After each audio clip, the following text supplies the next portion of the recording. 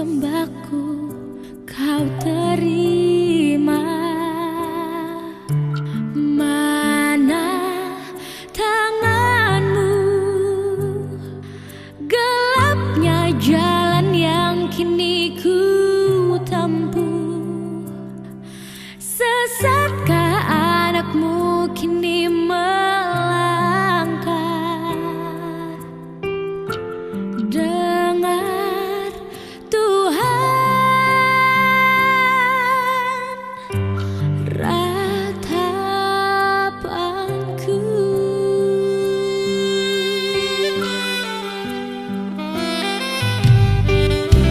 Tiada lagi tempat bagiku,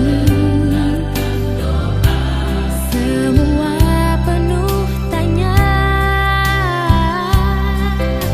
Tiada lagi teman bagiku, semua telah pergi. Andai ku dapat membelokkan arah jalanku, memberi semua pinta orang, kembalikan cerahku. Dengar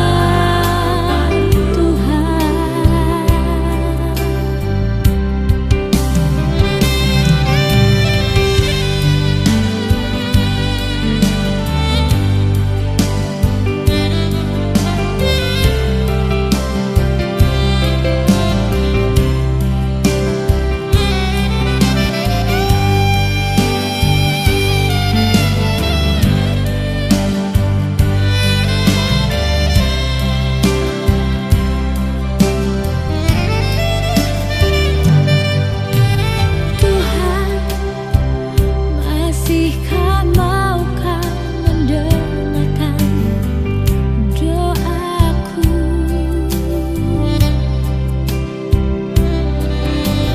Tuhan, masihkah kerengan sembahku kau terima?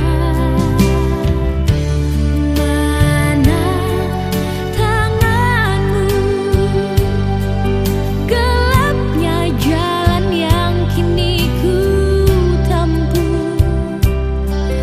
Sesatkah anakmu kini melangkah?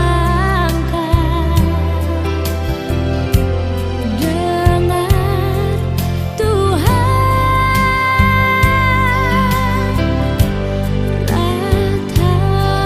ratapanku.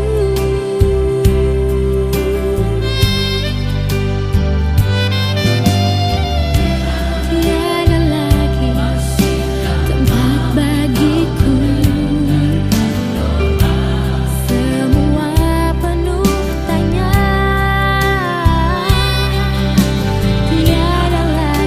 Tiada lagi teman bagiku, semua telah pergi. Andai ku dapat membelokkan arah jalanku, memberi semua pinta orang, kembalikan cerahku. Dengar Tuhan ratapanku.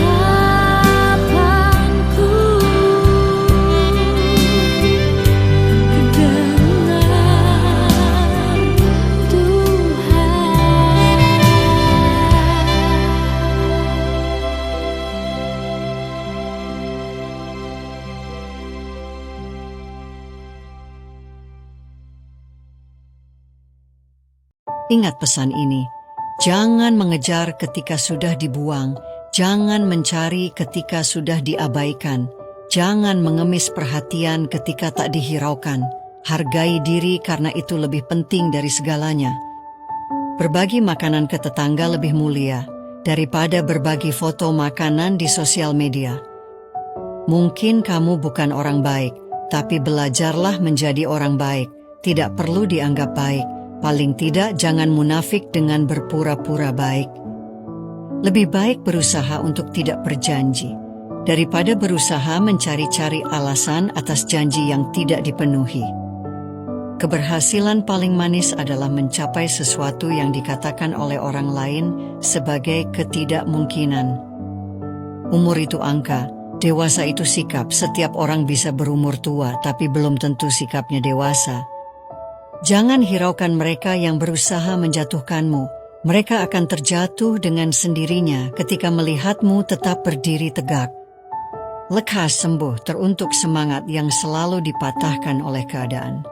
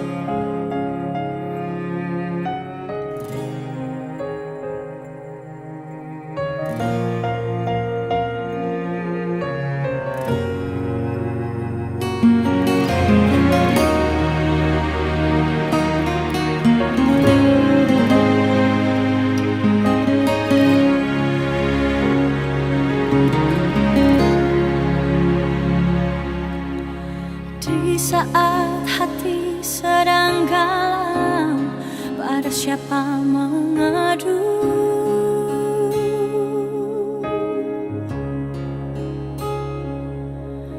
Berharap pada dunia sia-sialah.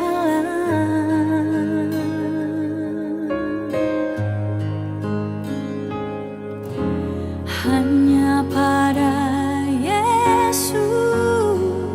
ada jawaban.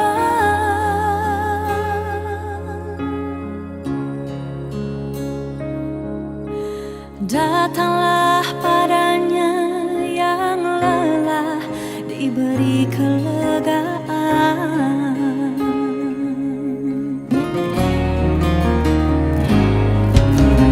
Di saat badai ombak menderu, pada siapa berteduh?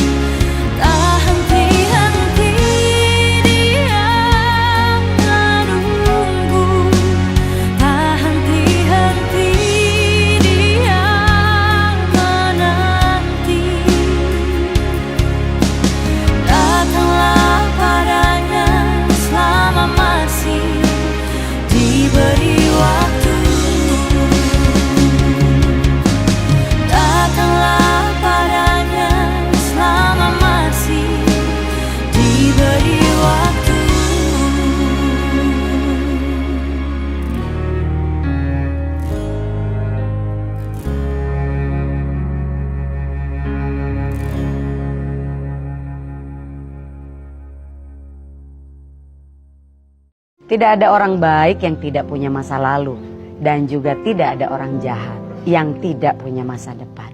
Satu hal yang harus kita ketahui adalah setiap kita punya kesempatan untuk kita memperbaiki hidup kita.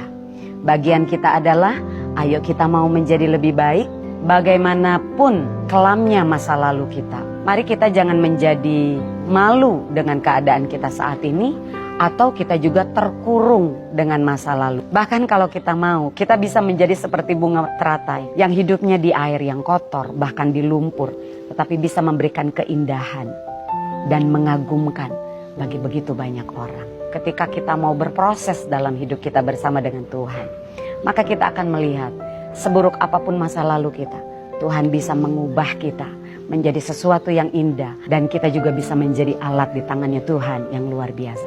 Bangkitlah dan menjadi jauh lebih baik. Jangan hanya sekedar menyesalin masa lalu, tapi mari kita berubah dan menjadi lebih baik. Tuhan Yesus memberkati. Alkitab.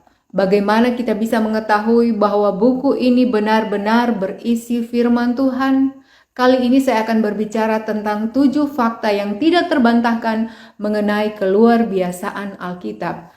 Fakta yang ketujuh, Alkitab adalah buku terlari sepanjang masa. Perjanjian Lama dan Perjanjian Baru telah diterjemahkan lebih dari 670 bahasa, sedangkan Perjanjian Baru sendiri telah diterjemahkan ke lebih dari 1.500 bahasa. Firman Tuhan mengatakan bahwa segala bangsa, suku, dan bahasa akan memuliakan Tuhan.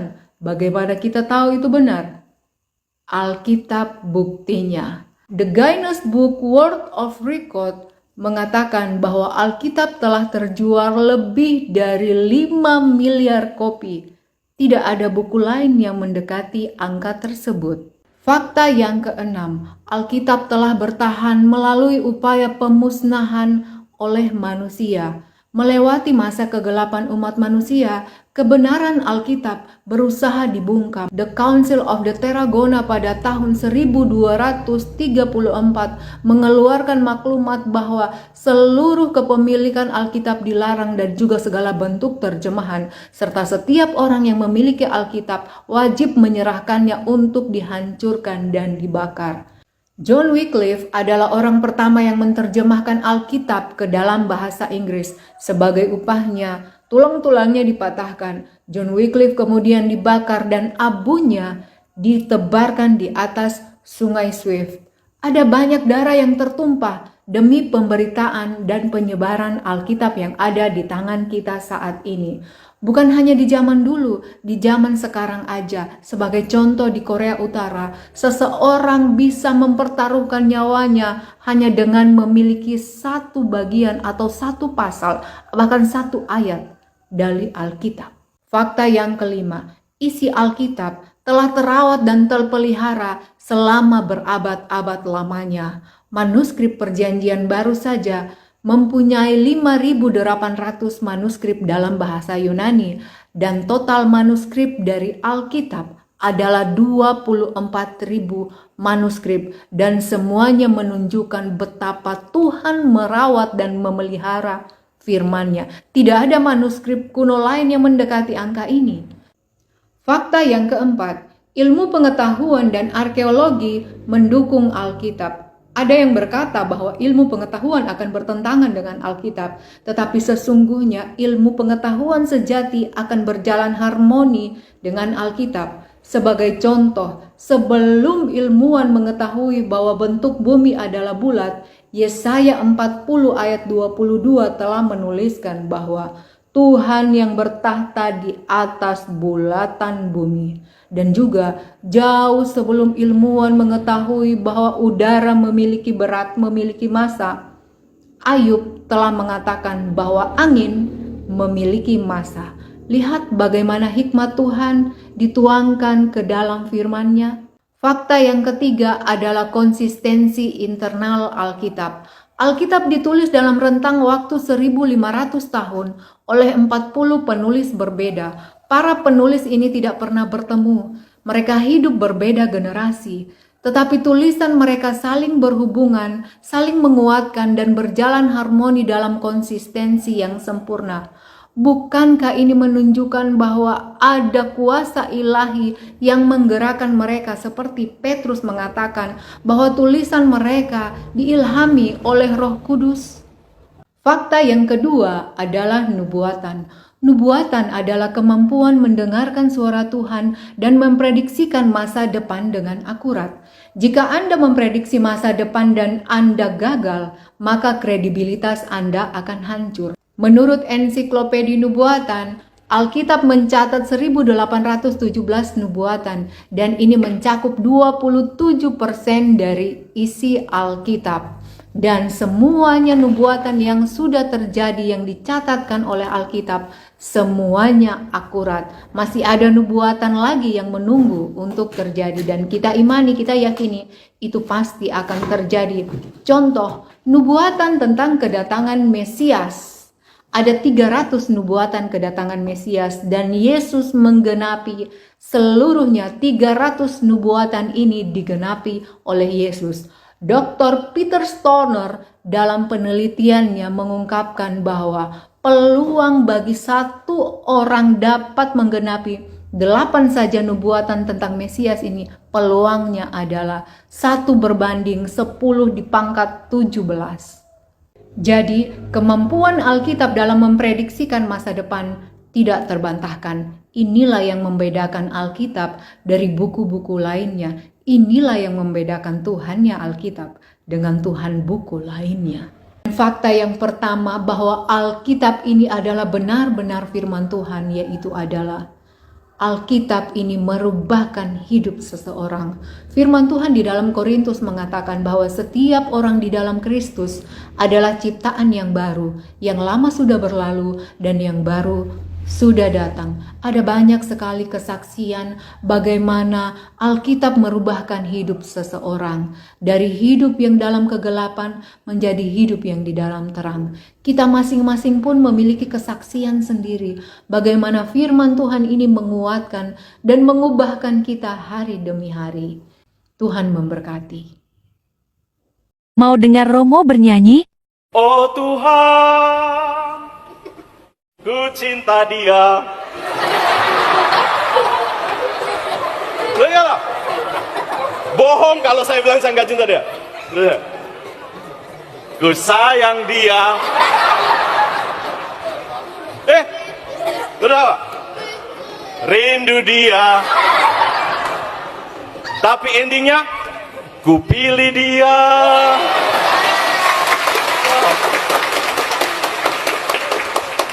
Jauh waktu berjalan kita lalui bersama. Betapa di setiap waktu ku jatuh cinta padanya. Dicintai oleh dia, ku merasa sempurna. Semua itu karena dia. Oh Tuhan, ku cinta dia. Cinta dia, ku sayang dia. Rindu dia, inginkan dia. Paling penting, butuhkanlah rasa cinta di hatiku hanya padanya, untuk dia. Amin. Kalian perhatikan papan yang dilempar di laut, diikuti orang yang terjun ke laut. Itu ngapain? Buat ngambil papan tadi. Gila. Begitulah kondisi Indonesia Timur. Karena minim fasilitas, jadi ya sistem bongkar muat dilempar ke laut. Hanya gara-gara satu papan ya, papan berapa harga coba, lompat ke laut buat nyelamatin papan. Untuk barang-barang yang tahan air, bongkar muatnya ya di tengah laut kayak gini aja, dilempar langsung ke laut. Nanti para porter atau pengumpul barang itu nangkapin dengan perahu. Nggak hanya barang, manusia juga naiknya kayak anak kecil nih di tengah laut seperti itu. Bayangin ya kalau ada yang sakit untuk harus ke rumah sakit ke kota. Jadi ya mereka ya seperti ini kondisinya. Tidak semudah itu hidup di Indonesia bagian timur, terutama di pulau terpencil atau jauh dari pulau-pulau besar. Ada yang tidak punya pelabuhan di pulau tersebut, ataupun karena punya pelabuhan tapi airnya dangkal. Jadi ya turun di tengah laut dengan menggunakan perahu. Kita banyak-banyak bersyukur, nggak semua orang punya fasilitas kayak di Jawa, beneran. Kalian jangan sombong. Nih ya, untuk kasur aja tuh dimuat ke atas kapal, semua naik ke atas kapal ini. Dan kapal biasanya tidak tiap hari, bisa sekali seminggu atau sekali dalam 2 minggu. Indonesia tuh sebenarnya kayak gini guys. Dan kalian lihat ya,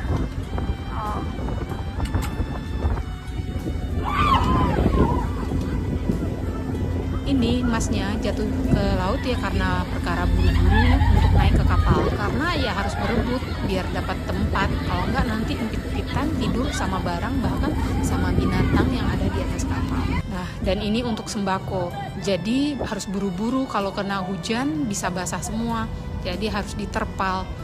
Begitulah, bisa kalian bayangin susahnya hidup di daerah timur Indonesia. Nah, yang dibawa seperti kayak kulkas, kalian lihat itu yang tinggi kotak itu kulkas, nanti dibawa ke pulau tersebut. Pulaunya kelihatan kan indah banget, lautnya biru toska, tapi sayang nggak ada pelabuhan.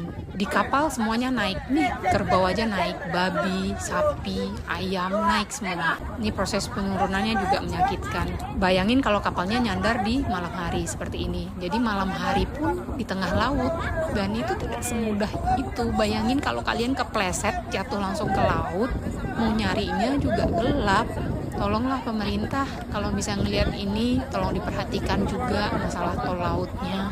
Jangan bikin tol lautnya aja kalau tidak dibikin pintu tol. Ya, kurang lebih begitulah cerita perjalananku melewati Maluku Barat Daya.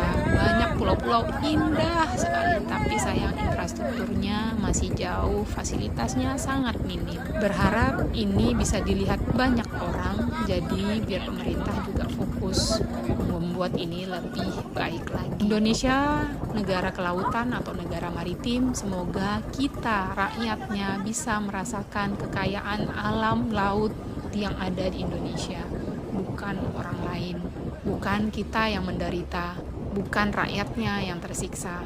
Keadilan bagi seluruh rakyat Indonesia. 再忙也要抽出1分钟，每天坚持锻炼这个动作，预防脑血管堵塞，远离头晕眼花。不要着急划走，点个爱心关注一下吧。睡前在做这个动作，5大好处不请自来。第一，睡眠越来越好；第二，记忆力越来越好；第三，提升脑部供血；第四，白头发越来越少；第五，防止颈椎阻塞。抖音。